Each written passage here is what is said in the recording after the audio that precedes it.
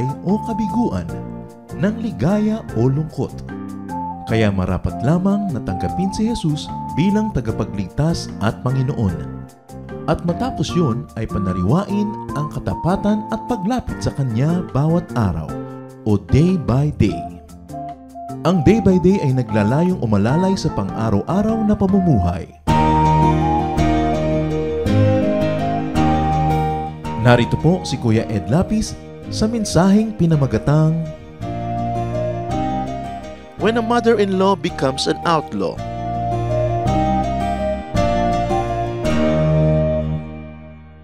When a mother-in-law becomes an outlaw. Ang giyera po na magbiyanan, lalo na mga babae, ay isa na sa mga pinakamalalaking giyera ng mundo. Ano ang lunas na maidudulot ng Biblia? Ano kaya ang kasagutan ng tunay na Christian culture? When a mother-in-law becomes an outlaw. Heavenly Father, we pray for a message that comes from you, from your heart, from your wisdom. Isang mensaheng simple, lubos naming maunawaan at masusunod. Panginoon, nais namin po ay katiwasayan sa bawat pamilya at sa mga extended families. Kaya nais naming suriin sa liwanag ng iyong salita at katuruan ang mga pananagutan ng babaeng may asawa, lalaking may asawa, pati na rin ang mga taong nakapaligid sa kanila, lalong-lalo ang mga biyanan. Ituro niyo po sa amin na higit lalong mabuti at makadyos na paraan. Makapanalamin nawa kami, Panginoon, at huwag naming isiping ito'y para kay ganun, para kay ganyan, kundi hanapin namin kung ano ang para sa amin sa mensahe mo. Kayo po ang maging tagapagsalita, tungtungan niyo po ng inyong paa inyong lingkod. Kayo maitaas namin. Ang mga salita niyo ay maging pagkain at kalakasan namin. At ang liwanag niyo ang siyang maging gabay namin. Sa pangalan ng Panginoong Hesus, tinatanggihan namin ang mga pandaraya ng masasamang espiritu, ang mga kasinungalingan, at mga kamali ang daramit ng mukhang katotohanan at nagnanais na kami ay malinlang. Nais namin, Panginoon, yung pong inyong katotohanan. Mapalaya nawa kami, maturuan, at mapuspos ng mabubuting gawa. In Jesus' mighty name, we reject, rebuke, and drive away all presence of evil. And we frustrate plans of evil men and even evil spirits against this assembly. We totally place ourselves under your protection, O God, under your custody, under your lordship. Be our Lord, be our speaker, be our healer. In Jesus' mighty name, we pray with thanksgiving. When a mother-in-law becomes an outlaw, at tinagurian lang namin, bansag lang naman natin po yung outlaw, hindi naman siya yung nangangabayo na may mga baril, hindi yung outlaw na ganun, kundi yung kumbaga parang siya ang kontrabida ng buhay nyo, siya ang lagi nilang nagpapahirap sa inyo at gumulikha ng gulo. Kung yun ang perception nyo, kasi every story has at least two sides. But when a mother-in-law, according to your point of view, becomes an outlaw, the daughter-in-law should examine herself. Yan ang unang-unang dapat gawin ng isang manugang na may kontrabidang biyenan. Unay manalamin at suriin ang kanyang sarili. The daughter-in-law should examine herself. 1 Corinthians 11:28, a man ought to examine himself. Siyempre, pwede dapat yung woman din. A woman ought to examine herself. What does she examine? When your mother-in-law is at war with you or you're at war with her, the daughter-in-law should examine her disposition towards the older woman. Paano niyo ba kayo nakikitungo sa kanya? So ang kausapin muna natin ngayon, mga manugang, are you loving enough? Are you respectful enough? Are you giving her enough attention? Utos, isa sa 10 utos, Exodus 20 verse 12, honor your father and your mother. At hindi naman siguro kalabisan na idagdag yung in-law. Honor your father-in-law, honor your mother-in-law. Lalo sa ating mga taga-silangan na ang magulang ng ating asawa ay magulang din natin. Yung mami nga ng classmate mo, mami mo rin eh. Yung tita nga ng kaibigan mo, tita mo rin. Di lalo naman yung magulang ng asawa mo. Magulang mo talaga yon. So the daughter-in-law should examine herself. She should examine her behavior. Also towards her husband and children. Pagka ang biyenan mo maraming reklamo sa iyo, susuriin mo yung sarili, manugang, at susuriin mo kung paano ka nakikitungo sa asawa mo na anak niya at sa mga anak mo na apo niya. Sabi sa Titus 2:4-5, referring to older women, then they can train the younger women to love their husbands and children, to be self-controlled and pure, to be busy at home, to be kind, and to be subject to their husbands, so that no one will malign the word of God. In other words, the daughter-in-law should examine her housekeeping ways. A mother-in-law is often offended by her daughter-in-law's neglect of duty. Kuminsan, siyempre, dahil mahal ng nanay yung anak niya, mahal niya yung mga apo niya, kuminsan, madalas nangyayari, ang mga reklamo niya laban sa kanyang manugang ay reklamo niya laban sa pamamahay at paraan ng pamamahay at pagiging may bahay nung manugang na yon. Baka laging nasa layasan, baka laging nakababad sa mga beauty parlor, baka ubos ng ubos ang budget at hindi mapagkasya ang kinikita ng husband, baka siya'y pabaya, baka ang mga bata ay nanlilimahid tapos ang ganda-ganda niya. Madalas sa mga biyanan niya nagreklamo sa manugang nila, ang feeling nila yung anak nila ay napapabayaan. Right or wrong, yung biyanan dapat magsuri yung manugang. The daughter-in-law should review and examine her disposition toward her own relatives also. Baka kaya ganyang laging mainit ang ulo sa inyo ng inyong biyanan because she detests the way you give excessive accommodation to your own relatives. Kasi meron naman talaga ganyang mga manugang. Wala nang ginawa kundi hut-hutin ang kabuhayan nila mag-asawa at ipamigay sa kanyang mga kamag-anak. No? Siyempre, yung biyanang babae, matalas ang mata. Alam niyo mga biyanang babae, mga matang lawin. Kitang-kita nila kung yung mga kabuhayan ng anak nila pinamamigay ng manugang sa mga kapatid, mga pinsan at kung sino-sino. Baka naman paaral niyo ang inyong buong barangay, lahat ng mga kapatid ninyo ay sustentado. Natural, mainit ang ulo ng biyanan sa inyo. Lalong-lalot siya di nyo naaabutan. Baka one way. No? Kaya dapat, kung ikaw babae, manugang, mapagbigay ka sa iyong kamag-anak, mapagbigay ka rin dapat sa kamag-anak na iyong asawan lalaki. Hindi yung sa iyong side lang, para fair, at nang sa ganon, hindi nagkakaroon ng gulo. No? Kadalasan naman, siyempre, marami sa mga ating kapwa lalaki, hindi na napapansin yung detalye ng pamamahay, hindi na niya alam na kung nag-grocery si Mrs. ang bunton, yung pala, ipinadadala sa mga kamag-anak. Ang mga gino-grocery niya, kung ano-ano, nakikita yan ng biyanan. Maniwala kayo sa akin, kahit nakatira sa Matnog, sorsogon ng biyanan nyo, at kayo nasa Apari, alam niya yan. Next to God, ang mga biyanan ay omniscient. Alam nila. So, ang bilin nga po ng Biblia sa mga brides, sa Psalm 45 verse 10, listen, O daughter, consider and give ear, forget your people and your father's house. Ito po isa na turo sa mga babaeng ikakasal. Sabi, limutin mo ang iyong bayan at ang tahanan ng iyong ama. Hindi ibig sabihin, huwag na kayong tumanaw ng utang na loob, talagang kalimutan nyo na, huwag nyo nang dalawin, huwag nyo tulungan. Hindi ibig sabihin. Pero isa sa mga malalalim na kahulugan, reconsider your newfound stature and your new priority.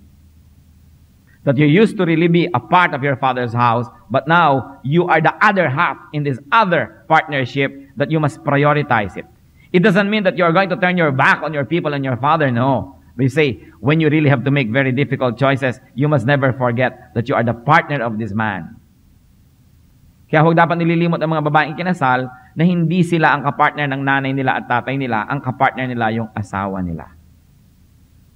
Hanggat maaabot na ating makakaya, nagiging matulungin tayo, pero not at the expense of deceiving your own husband.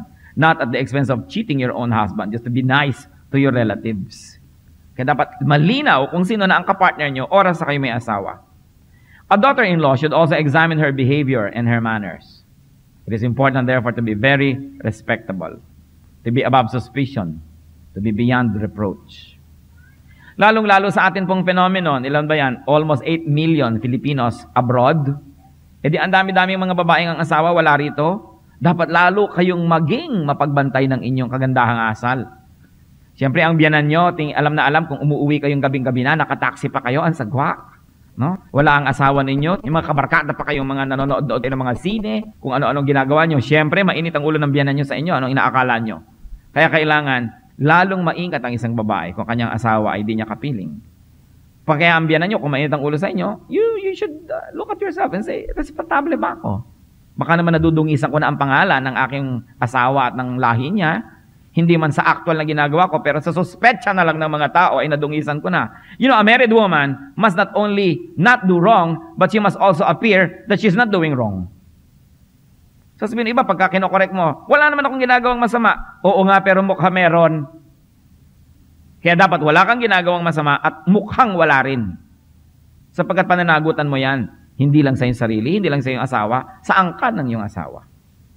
Kaya baka naman sobra ka na hindi na makapagluto tapos 3 oras sa harap ng salamin. Ang budget na ubus na sa mga salon at kung ano-ano. Kaya ang sabi ni Peter sa 1 Peter 3:3-6, your beauty should not come from outward adornment, such as braided hair and the wearing of gold jewelry and fine clothes. Instead, it should be that of your inner self, the unfading beauty of a gentle and quiet spirit, which is of great worth in God's sight. For this is the way the holy women of the past who put their hope in God used to make themselves beautiful.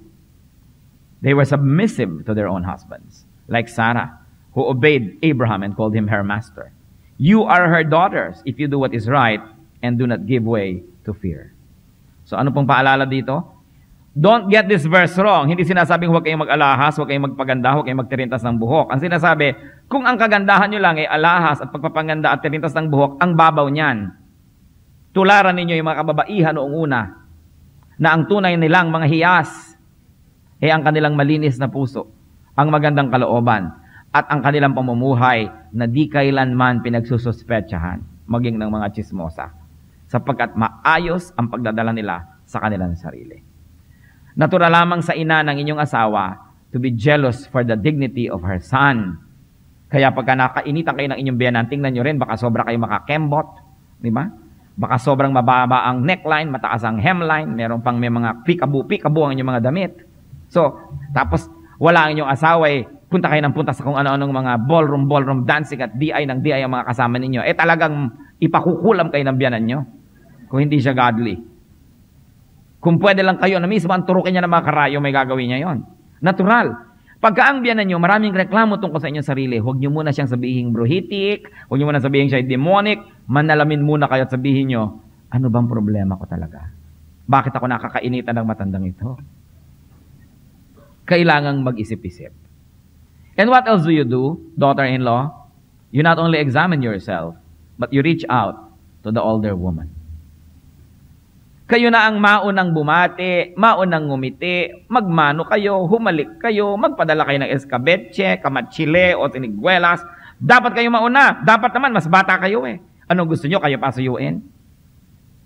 Inalagaan nun yung anak niya, pinalaki, pinag-aral, tinuruan ng lahat, tapos kayo ngayon na nagpapasasa ng lahat-lahat. Tapos, dapat lang na maging magalang kayo sa mga magulang ng inyong asawa. Si Ruth nga at si Naomi, alam naman natin yan, siyempre, hindi pwede mapag-usapan ng magbiyanan nang hindi sila nababanggit. Ang ganda ng samahan. Itong si Naomi, namatay na yung anak niya, pinalalaya na niya yung manugang niya, umuwi ka na sa sarili mong bayan at ako'y uwi na sa sarili kong bayan. Maghiwa-hiwalay na tayo dahil kaya lang naman tayo nagkarelasyon dahil sa anak ko na naging asawa mo. Ngayong wala na siya, wala na tayong relasyon. Akala niyo ba'y pumayag si Ruth? Hindi. Sila ay nagsama ng napakatagal. Sa Ruth 1:14, at this they wept again. Then Orpah kissed her mother-in-law goodbye, but Ruth clung to her. Sabi niya, hindi po. Sasama ako sa inyo, nanay.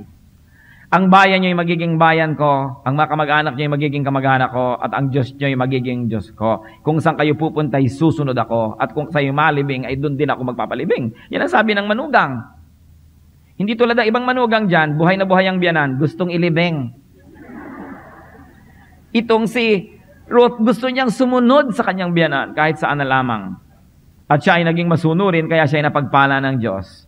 Sa Ruth chapter 2, verses 11 to 12, sapagkat ito po nga, si Ruth ay sumama kay Naomi sa bayan ni Naomi, at nakisama siya sa mga kamag-anak ni Naomi doon, at na-meet niya itong si Boaz, na later on ay mapapakasalan yung Ruth, taong mahusay na tao, at may kabuhayan pa.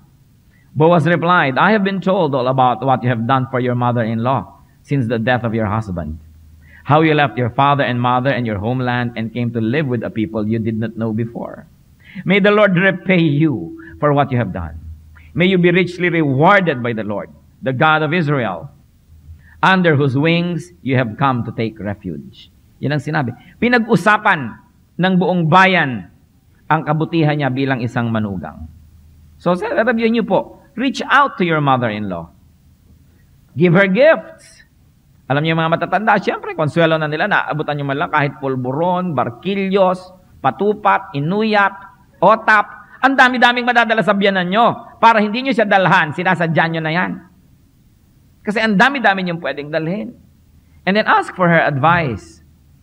And obey that advice, especially when it is not wrong naman. Alam nyo, isa sa mga mahalaga na pagpapataba ng puso ng inyong biyanan, hihingan nyo naman ng payo. Nanay, paano ba kayo nagle-leche plan? Diba? Ano bang lihim ng masarap ninyong ginatan? At sundin nyo rin. Hindi yung nagsasuggest yung matanda, yung pakinggan. Alam ko na ho yan. Alam ko na yan eh. Ganyan. Nagagalit ka pa sa asawa mo pag kinukumpare yung luto mo sa luto ng nanay niya. Di sa nanay mo ka tumira. Ganyan. Bakit ang leche plan mo parang pudding? Di sa nanay mo ka tumira. Di punta ka, nanay, bakit ba ang leche plan nyo parang leche plan? Ang akin parang pudding. Hindi na mahal ka. Sa Ruth 3:6, she went down to the threshing floor and did everything her mother-in-law told her to do. Ngayon, kung ang mother-in-law nyo hindi godly, syempre, doon lang kayo merong excuse not to obey. Pero kung itinuturo sa inyo godliness or neutral naman, hindi naman ungodly, maano bang mag-obey kayo? No? So, initiate greetings.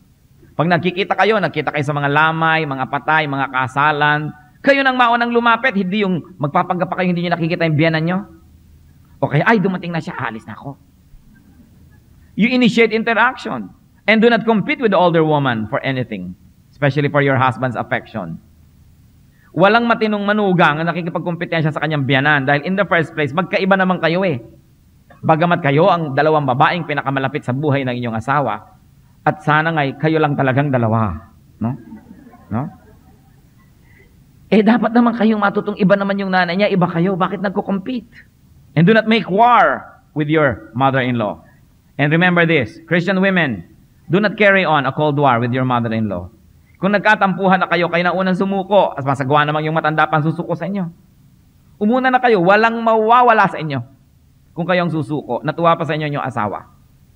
Dahil kumisan, kahit kinakampi-kampihan ka ng asawa mo, dahil pag hindi ka kinampihan, outside the kulambu siya, blackmail eh. Ano mangyayari? Natutuwa rin yun sa'yo pag yung minamahal mo yung nanay niya. Hindi yung pinaglalayo mo yung mag-ina. Meron naman kasing mga manugang tuwing birthday ng biyanan, masakit ang ulo niya. Para hindi sila maka-attend. May lagnat ang bata. Kung ano-ano mga tragedy yung imbentohin ni babae para hindi sila magpunta sa biyanan. Pero pag birthday ng sarili niyang magulang, hakot niya ang lahat. Kaya ang mga kalalakihan din, makahalata kayo ha. Baka yung asawa niyo, napapaikot na kayo, absent kayo sa lahat ng affair ng inyong pamilya, pero sa pamilya niya, present kayo. Parang makahalata kayo, unfair yata ito. Kaya dapat nag-iisip ang mga tao. And of course, it is a form of ungodliness to dishonor your mother-in-law. Sabi sa Micah 7:6, for a son dishonors his father. A daughter rises up against her mother, and a daughter-in-law against her mother-in-law. This is a kind of ungodliness. Lumagay sa lugar ang mga manugang. Walang mawawala sa inyo kung kayo magpaparaya, kung kayo magiging magalang.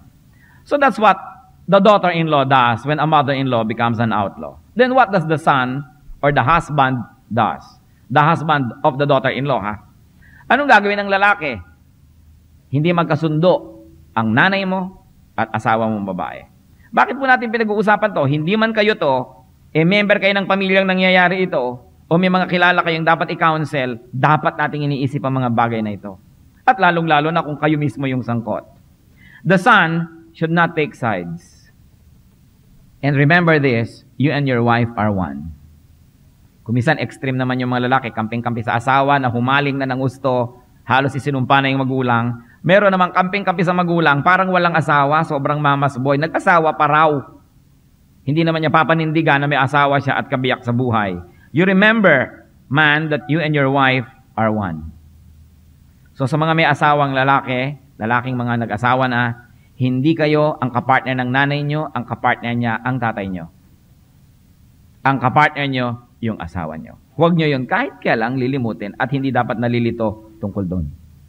Genesis 2:24, for this reason, a man will leave his father and mother and be united to his wife, and they will become one flesh. Talagang umaalis ang lalaki sa kanyang magulang at nakikipisan at nakikipag-isa sa kanyang asawang babae. Ngayon, itong leave his father and mother na to, it can be physical, ibig sabihin umalis ka talaga sa bahay niya at lumipat ka sa ibang bahay at na kayo lang mag-asawa ang magkasama. Pero maaari rin itong psychological na nandyan lang kayo, nasa isang compound, nasa isang bahay. Kung merong sobrang economic interdependence at hindi talaga maaari muna maghiwalay, meron ding paraan ng paghiwalay sa magulang, which is psychological. Alam mo na ang partner mo sa buhay ay yung asawa mo. At hindi ka nalilito tungkol doon. Kung isa naman yung iba, itong Genesis 2:24, sobra tayong nagiging legalistic. Kaisa-isa na yung ina, na byuda, kaisa-isang anak tong si lalaki. Sobrang pagsunod dito, iniiwan pa mag-isa yung matanda. Ang sinasabi natin dito, there is a way na physical, meron ding psychological, that she can be there and she will not have to bother your life together if only you are psychologically clear about who your partner is in life, that it is your wife. Kaya ako, kina-counsel ko rin ng mga nag-aasawa na kaisa-isa ka ng anak nitong magulang mo na mahina na ang katawan, ayaw niya na namang iwan. Sabi po ng Genesis 2:24, it's at the letter of the verse, but the spirit of the verse that you must apply. And that is, you must never be confused about who your partner is. Pero kawawa naman yung mga magulang na sa sobrang pagsunod nito, tinakwil mo na at iniwan mo na. Samantalang pwede mo namang isama sa iyong buhay. Kaya mahalaga rin po sa mga biyanan, syempre, na lumagay sa sarili. But that is another point. Lumagay sa lugar. The man should encourage and promote domestic peace by putting both women in their right places and giving to both women what they are entitled to and what they need. Lalaki, meron kang pananagutan sa iyong ina at may pananagutan ka rin sa iyong asawa, hindi naman sila pareho at hindi nakakalito yon, kaya hindi ka dapat malito. Magkaiba yon. Romans 13:7, give everyone what you owe him. If you owe taxes, pay taxes. If revenue, then revenue. If respect, then respect. If honor, then honor. So kung anong dapat tanggapin mula sa iyo ng iyong asawa, ibigay mo. Ang dapat tanggapin mula sa iyo ng iyong ina, ibigay mo sa kanya nang hindi sila nagkakagulo. And the man should serve as ambassador to both sides and of both sides. Ephesians 4:3, make every effort to keep the unity of the Spirit through the bond of peace. Of course, these verses have original applications, but their universal meaning can be applied to what we're talking about. Kaya mga biyenang babae, mga manugang na babae, maawa kayo sa lalaki, huwag kayong mag-away. Meron akong kilala na talaga namang yung lalaki kulang na lang nagbaril sa sarili, and this is not an exaggeration. Kasi yung nanay niya na mahal niya at asawa niyang mahal na mahal niya, hindi na nagkasundo. Kung bakit mahigit na 5 taon, 10 taon na sila magbiyanan, hindi pa sila natutong makisama sa isa't isa. Alam niyo, yung 3 buwan, 4 na buwan, 1 taon na hindi kayo magkasundo, understandable. Pero pag higit 1 taon na yan, may problema na rin kayo pareho. Kasi i-adjust yun na yung katotohanan na talaga nagkabuhol ng buhay nyo. Sapagkat anak mo yon, asawa niya yon, magka-connect talaga kayo. So ang matitinong tao, gumagawa ng paraan para ayusin yan, hindi ginagamit nila ang lahat ng lakas nila para lalong paguluhin ang mga buhay nila. Kaya sabi nga nitong kinounsel ko na lalaki, talagang gusto daw niya kami sa magpakamatay. Talagang, serious ka ba? Sabi, litong-lito na ako sa 2 yan eh. Kasi kung nalilito ko, kung sila ang babarilin ko, yung sarili ko. Dahil talagang nag-aaway lagi. Pag uuwi na lang siya, nag-uunahan sa pintuan para unahan ng sumbong. Pagkakain siya, nag-uunahang maghain para bubulong-bulong, susumbong-sumbong. Nakakalito nga naman yon. So kung mahal yung anak nyo, mahal yung asawa nyo, 2 babae, magkasundo kayo. Kasi ang hinahati nyo, yung puso ng lalaking mahal nyo at nagmamahal sa inyo. Hindi nyo naman kailangan gawin. Ano naman ang dapat gawin ng iba? The sisters-in-law, itong mga anak ni biyenan, mga hipag ni babae, should stay out of the war zone, should stay neutral, and etiquette requires them to reach out to the in-law. Kahit malang pang ibabaw, ang dapat kinakampihan nyo, yung hipag nyo, hindi yung nanay nyo. Kasi kahit anong mangyari, talagang magkakampi kayo ng nanay nyo, hindi maiiba yun, hindi magigiba yun ng panahon. So dapat, kagandahang asal man lang, binibigyan nyo ng room yung ibang tao. Huwag yung inuumok, yung para kayong talagang isang kuyog, kampi-kampi. Sa mga pamilya, hindi po dapat kampi-kampi. Ay nanay ko to, kampi ko automatically. Dapat yung katwiran, yung katotohanan. Because we are the people of the book, we are the people of the Bible, we are the people of righteousness, of reason, of justice. At kahit pa nga medyo mali-mali yung inyong hipag, siya ang medyo nyo pakisamahan, pakitunguhan, kasi siya ang ibang tao. Pagka hindi nyo yan bidatit, hindi nyo kinausap, siya yung talagang baka hakutin yung mga anak niya at umuwi sa kung saan o lumayo, nagkagulo-gulo ang inyong pamilya, so tutulong kayo. 1 Corinthians 14:33, for God is not a God of disorder, but of peace. Lumalala ko minsan ang mga problema ng pamilya pag nagkakampi-kampihan. Kaya kung may kakampihan kayo, dapat yung ibang tao eh. Nanay kayo, nag-away yung anak nyo at yung asawa, mas kinakampihan mo yung asawa niya. Kasi kahit anong mangyari, hindi ba puputol yung pagiging magnanay nyo ng anak mo eh. Pero pag kinampihan mo agad yung anak mo, ang dali-daling maputol ang pagkabyanan nyo. Kasi ano lang yun eh, marupok. Kaya dapat ganon. Nag-away kayo mag-asawa, saan ka uuwi, babae? Hindi ka uuwi sa nanay mo, uuwi ka sa biyanan mo. Yun ang tama. Dahil sa pag-alis mo sa inyong bahay, dahil lang nagtatampo ka, dahil gusto mo mag-isip-isip, o dahil nagdadramang bukid ka, sige na nga, paminsan-minsan, pwede na rin. Pero pag umuwi ka doon sa biyanan mo, ang ibig mo lang sabihin nun, nagtatampo ka, gusto mong maasuyo, o gusto mo mag-isip, gusto mong lumayo doon sa irritant, pero hindi mo pinuputol ang pagiging mag-asawa mo dahil doon ka nagpunta mismo sa pamilya ng asawa mo. Pero kung pupunta ka sa sarili mong pamilya at awang-awa naman sa iyong nanay mo, ang tatay mo, dito ka na, huwag ka nang babalik doon. Ano na mangyari sa inyo? Magkakagulo kayo. Kaya naman mga biyanan, mga nanay-nanay, pag umuwi sa inyo yung anak nyo, tatawagan nyo agad yung manugang nyo o yung mga balain nyo. Narito, umuwi lang, nagpapalipas lang ng konting sama ng loob. Hayaan nyo, itataboy ko rin dyan pa uwi. Ganon, huwag nyong kakampihan. Kasi pag nagkampi-kampi kayo, yung kabila kakampi sa kanila, ano mangyayari? Division of the couple.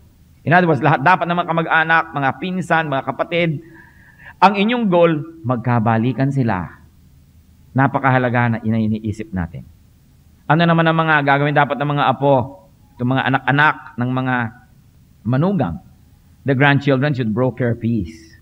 Siyempre, malakas kayo sa lola nyo, malakas din kayo sa nanay nyo, huwag din kayong kampi-kampi. You should serve as buffers and shock absorbers.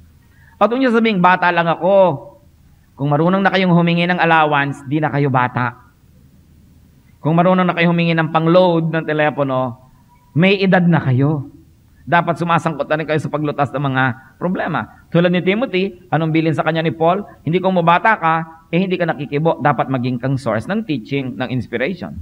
1 Timothy 4:12, don't let anyone look down on you because you are young, but set an example for the believers in speech, in life, in love, in faith, and purity.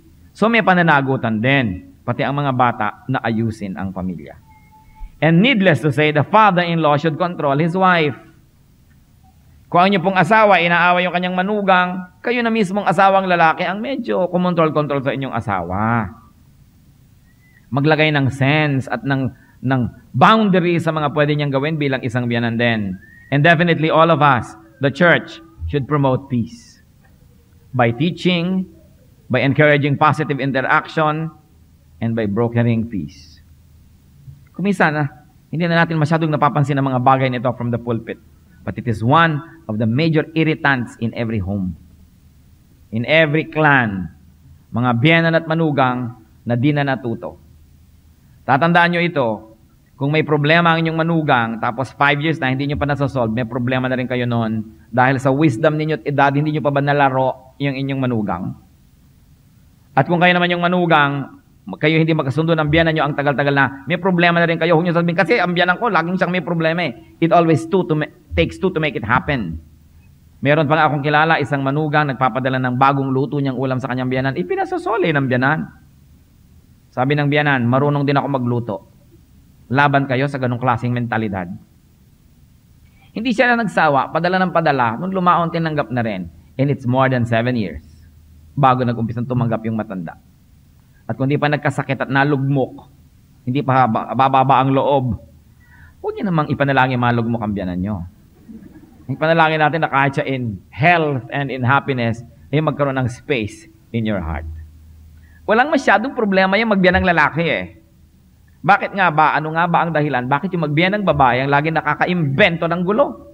Nag-aaway ang magmanugang at magbiyanan kasi merong isa o pareho sa kanila na wala sa lugar. Lumagay sa lugar. Mother-in-law, you set the example.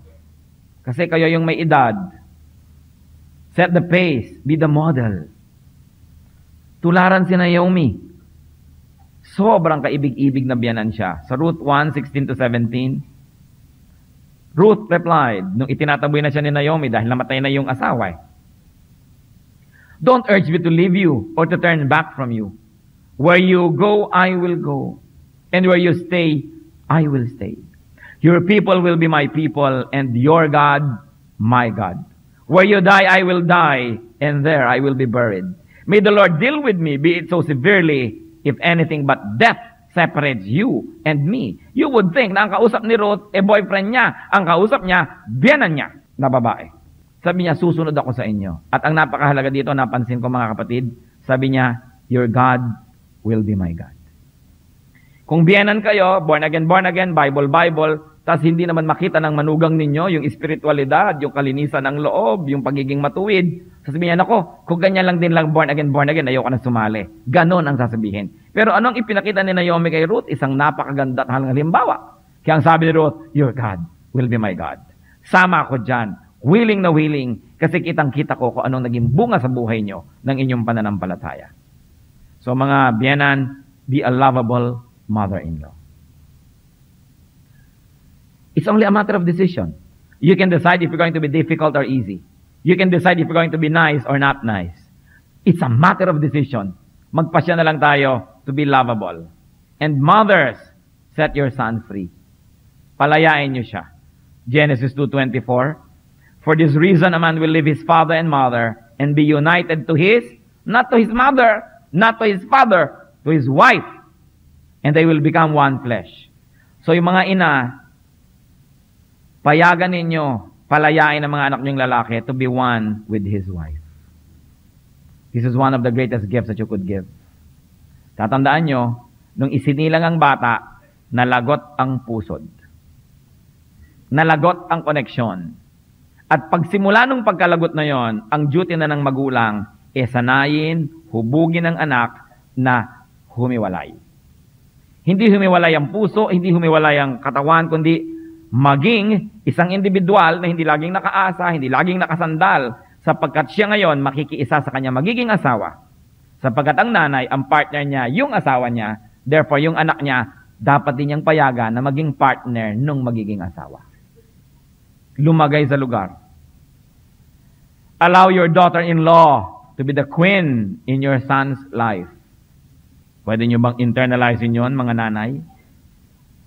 Hayaan ninyo na ang manugang nyo ang maging reyna sa puso ng inyong anak. Hindi kayo, sapagkat reyna kayo sa puso ng inyong asawa. Sobra naman kayo makakadoble. Kung reyna na kayo sa puso ng inyong asawa, ang reyna pa sa puso ng inyong anak, kayo pa rin. Kung may anak kayong 5 lalaki, times 5 na naman kayong reyna. So, paano naman yung mga magiging asawa nila? Wala nang chance. You belong with your husband. Your son belongs with his wife. At kung lalagyan natin yan ng serious consideration, magkakaroon ng hangganan ang ating pagkilos, malalagay tayo sa lugar. And then teach your daughter-in-law, but earn the right to be heard. Hindi ka lang turo ng turo, you earn the right to be heard. Kaya ang sabi sa Titus 2:3-4, likewise, teach the older women. Ang unang tuturuan daw, teach the older women to be reverent in the way they live, not to be slanderers or addicted to much wine, but to teach what is good. And when they're already okay, then they can train the younger women to love their husbands and children. So mga babaeng, mga may edad, ang tuturuan nyo yung mga batang babae kung paano sila magiging mga mabubuting mga asawa. Na kayo'y laging itinutulak nyo yung mag-asawa para maging together, hindi para magkahiwalay. Nakakalungkot, talagang true to life. Meron pa yung mga biyanan ang gumagawa ng intriga para magkalayo ang anak niya at ang asawa nun. It is not acceptable. Kailangang lumagay ang lahat sa lugar. Work to be loved, not to be hated. Nakakapagod gumawa ng bagay para kamahalin. Nakakapagod din gumawa ng mga bagay para kakainisan. Pareho lang yung nakakapagod. Ang pagpagura na natin, yung ang ending, namahal tayo kesa nakamuhian ng ating kapwa. It is important na kayong mga manugang at biyanan magkasundo.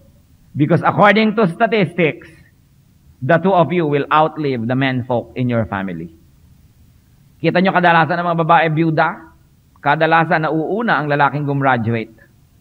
Kung gumraduate yung anak nyo, naunahan din yung manugang nyo, di kayong dalawa ngayon na magkasama sa buhay.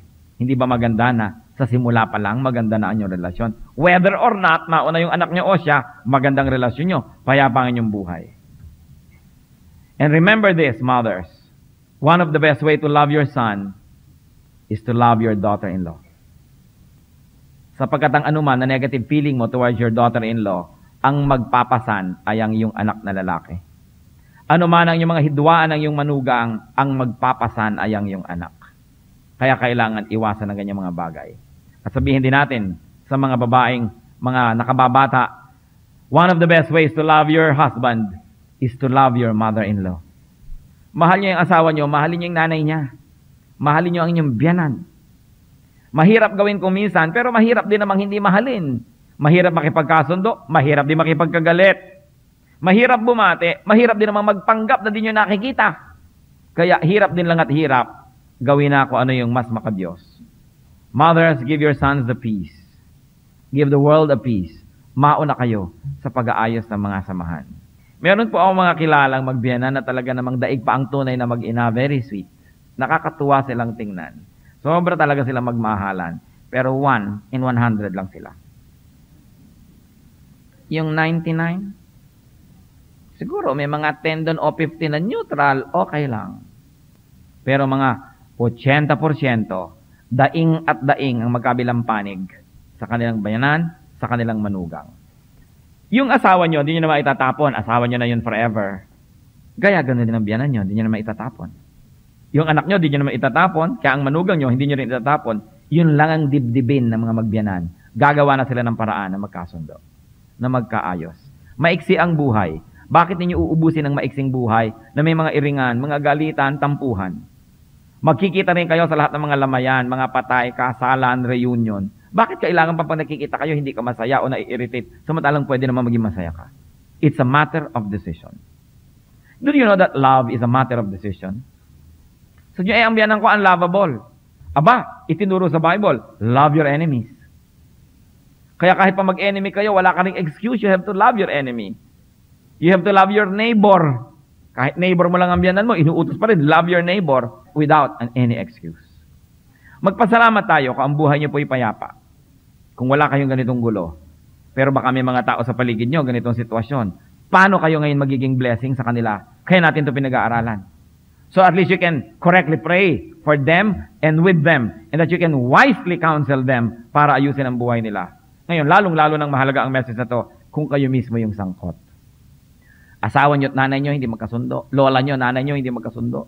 O kayo namang magbiyanan. Ano pong dapat natin gawin? Isuko ang ating puso. Huwag tayong padaya kay Satanas. People need love, especially when they don't deserve it. And if this woman is your mother-in-law, she deserves your love. If this woman is your daughter-in-law, she deserves your love. Aming Diyos, kami po'y napapasuri sa inyo. Unang-una, pinapanalangin po namin dito ang mga biyanan, mga manugang. Kung meron silang problema sa kanilang mga manugang, Panginoon. Nawawalang self-righteousness na mga maghari sa puso ng sinuman. Ang unang gawin, automatically, is to soul search. Bago hanapin ang dumi sa mukha ng iba, manalamin muna at hanapin ang mga sarili-sarili naming karumihan. Ang mga sarili-sarili naming mga pagkukulang at pagkakamali. Panginoon, suriin niyo po kami. Lalong-lalo yung directly involved sa ganitong mga situation. Bago sisihin ang iba, manalamin muna at tingnan ang mga sariling kapintasan. Kung kami naman po, Panginoon, yung mga nasa paligid ng ganitong mga tao, ipagpatawad mo kung minsan ay kami nakakadagdag pa sa mga gulong ito. At ang aming dalangin, marapatin mo, Panginoon, na kami maging instruments of peace, makapagbigay ng mabuting payo, makapamagitan, makapanalangin, kundi man kami yung directly na nakasangkot dito. Because of the extended family system in our society, O God, this kind of situation is very common in many households. Ituro mo sa amin kung paano gagamitin na yung salita. How to operationalize our faith, our spirituality, our Christianity, and how to use the Bible as the manual in fixing such troubles in our homes. At nawa, Panginoon, makita mo na sa pagsuko ng bawat isa sa iyo at sa isa't isa, sa pagsasaayos ng aming buhay, sa paggawa ng tama, magkaroon ng malalim na kapayapaan at kagalakan sa bawat tahanan. Dinadalangin namin ang mga biyanan, Panginoon, na neglected, ignored, hindi nabibigyan ng sapat na at tamang pansin, ng tulong, ng pag-ibig. Payapain mo ang kanilang loob, Panginoon, at sa kabila nito, turuan mo pa rin silang maging maibigin, mapagpatawad, madalanginin, at patuloy na tumawag at umasa sa inyo, Panginoon. Sa mga manugang, Lord, din na nakakaranas sa mga kaapihan sa pamilya ng kanyang asawa, turuan mo, Panginoong, maging mapagpatawad, mahinahon, not to return evil for evil, but just like the women of God, sila, Panginoon, ay kakitaan ng pinakamahusay na asal. At nawa yung lakas ng iyong pag-ibig, tibay ng katotohanan, ang magtuwid sa mga kalikuan sa bawat pamilya. Humihingi rin kami, Lord, ng wisdom para sa mga lalaki na ang kanilang asawa at ina ay nagkakaroon ng mga sigalot. Ituro mo sa kanila higit na tamang paraan, Panginoon. How to give to each one in a way that would satisfy both without taking and stealing from the other. Dalangin din namin, Panginoon, ang bawat sangkot sa pamilya na ganito. Lumagay sa lugar. Huwag makikampi-kampi, kundi magbigay ng balanse doon sa malapit sa kanila. Humihingi kami ng kapayapaan sa mga tahanan, Panginoon. Kayo ang nakaalam ng nangyayari sa bawat tahanang may kinatawan ngayon dito. Let your peace reign. Let your love reign, O God. Let your truth prevail. And may your truth set us all free. Mga kapatid, kung kayo po'y may biyanan, I want to ask you to be silent and to pray for your parent-in-law. Kung kayo may manugang, ipanalangin nyo rin ang inyong manugang. At minumungkahi ko sa inyo, kung hindi nyo pa ginagawa, kung ginagawa nyo yung mabuti, kung hindi pa, simulan, ipanalangin lagi ang inyong in-laws, ang inyong biyanan, ang inyong manugang. Sapagkat may nangyayaring himala pag ipinapanalangin natin na isang tao, nagkakaroon tayo ng connection sa kanya, nagkakaroon tayo ng pang-unawa, nagkakaroon tayo ng pag-ibig. Kung ang mga paraan ninyo, mga iring-iringan, for many years never worked, kahit bigyan pa kayo ng 10 lifetimes, it still will not work. So change your ways. Do it God's way. So right now, magpasalamat kayo sa Diyos sa blessing na natatanggap nyo dahil meron kayong in-law. Whether or not you were ready to recognize that blessing. At idalangin ninyo ang inyong attitude towards your in-law. At lalo namang manalangin kayo kung maganda ang samahan nyo ng inyong in-laws, magpasalamat kayo. At hilingin nyo sa Panginoon na kayo maging kasangkapan, maging model ng ibang mga magbiyanan, at makatulong din kayo sa kanila. Sa ilang saglit, pasiyasa tayo sa Panginoon. Ipanalangin ang inyong mga in-laws.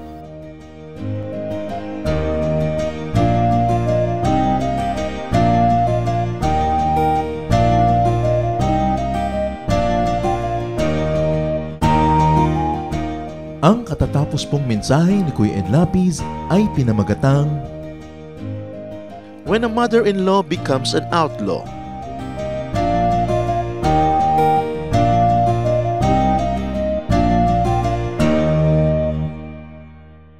Sa inyo po, Panginoon, lapat itong aking loob na sumilong at pasakop, makisuno at sumukob. Sa tuwing kayo'y lalapitan ay lagi nang gumagabay, taus-pusong lumilingap sa bawat pusong sugatan.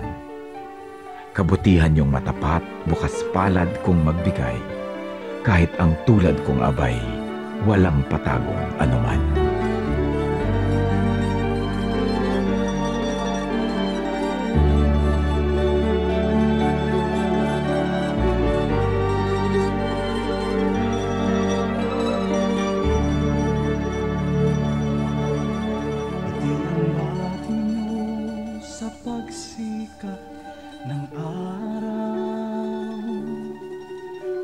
Sa karilagan ng takip siling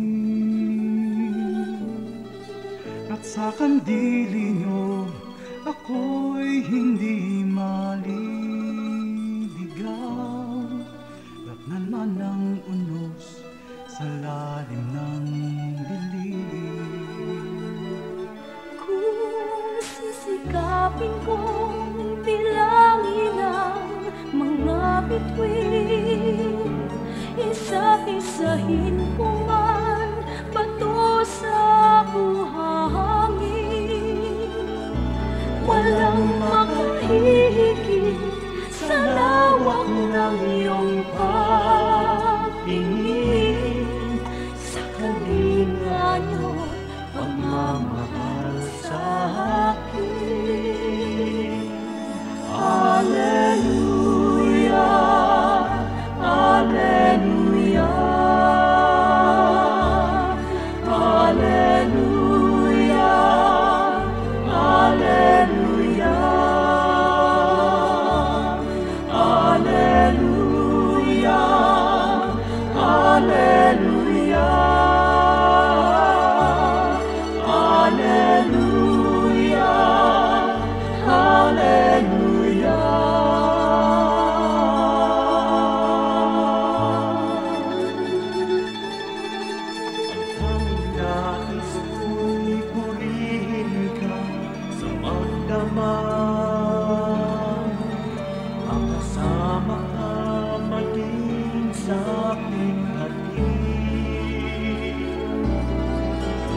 ako'y nagagalak sa kaligtasan niyo't tapat. Pagkat paglapit ko, ngiti ang iyong bati.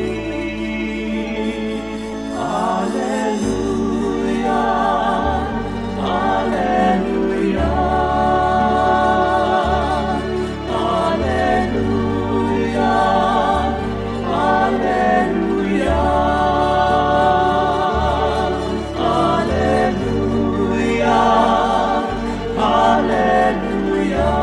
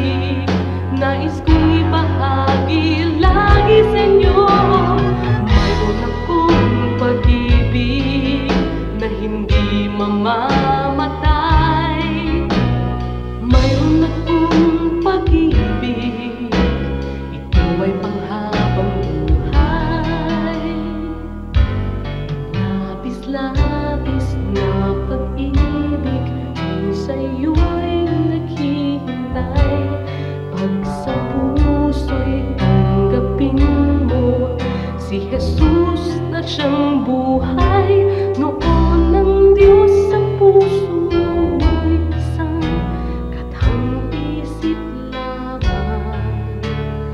Ngunit ngayon siya ay katotohanan. Mayroon akong pag-ibig dito sa puso ko. Mayroon akong pag-ibig, nais kong ibahagi lagi sa inyo. Mayroon akong pag-ibig na hindi mamamatay. Mayroon akong pag-ibig, ito ay panghabang buhay. Mayroon akong pag-ibig, ito ay panghabang buhay. Mayroon akong pag-ibig, ito ay panghabang buhay.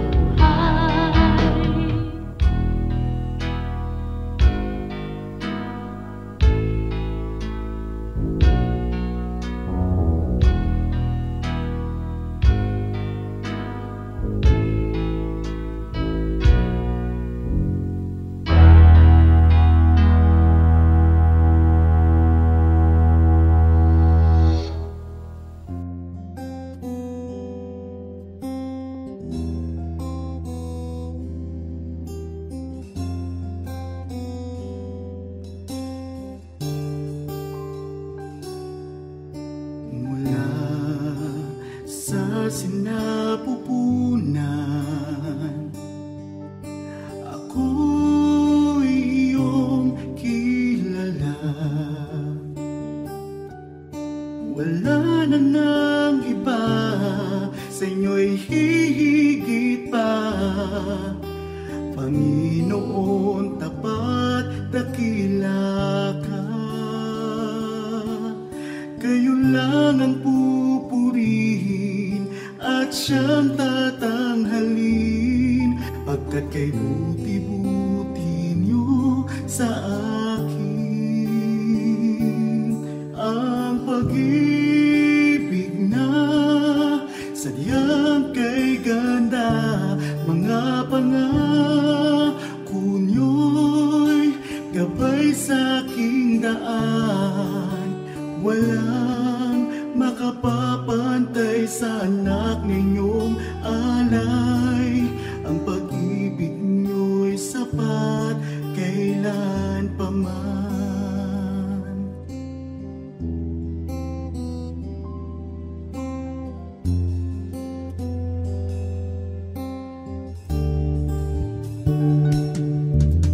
Tinawag niyo akong kaibigan, kahit na ako ay pariwara. Sagat sa labis ang inyong pagmamahal, sa tupang sa kawan na nawala. Kung aking bibilangin bawat butil ng buhangin, ang habag niyo'y ganon karami rin. Ang pag-ibig niya sadyang kay ganda, mga pangako niyo'y gabay sa aking daan. Walang makapapantay sa anak na inyong alay.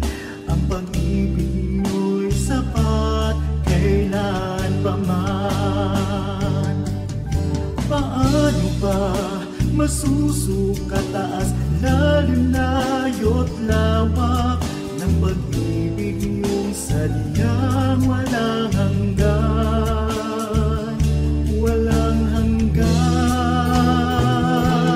Ang pag-ibig na sadyang kay ganda, mga pangako niyo'y gabay sa aking daan.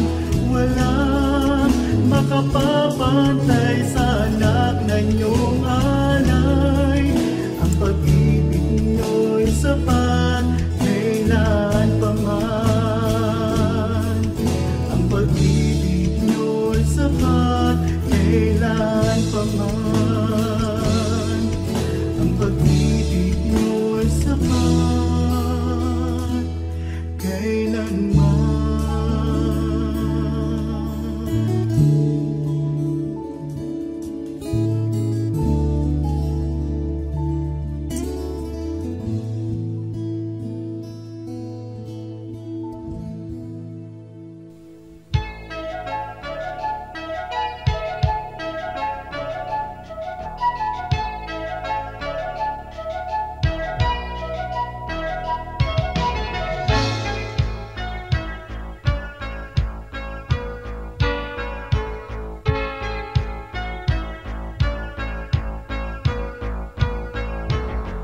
Ang nais mo'y kakalakan, kay Jesus matatagpuan.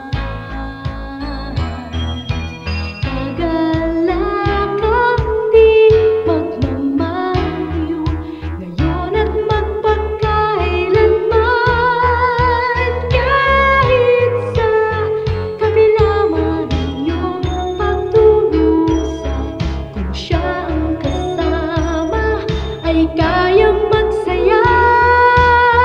Kagalakan ang puso ay makakamtan, pag si Kristo sa buhay ang iyong paglingkuran. Kay ganda ng mundo kung malalaman mo na siya'y laging nagmamahal sa'yo.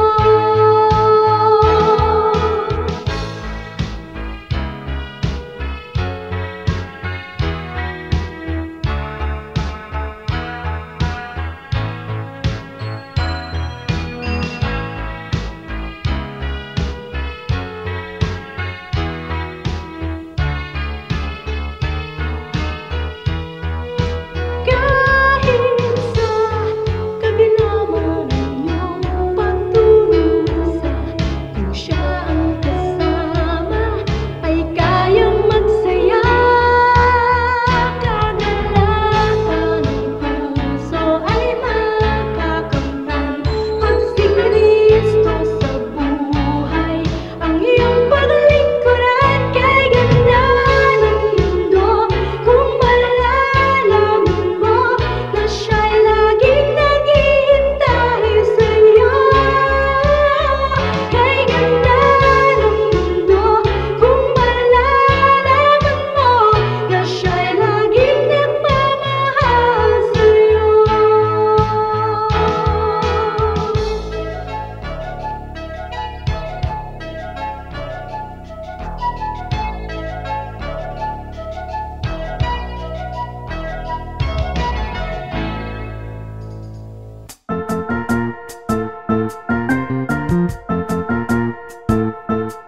Oras na po para pansamantalang magpaalam ang programang Day by Day. Tayo po'y magsama-sama tuwing ika-6 hanggang ika-7 ng umaga, araw-araw. Magandang umaga po at mabuhay ang Panginoong Hesus!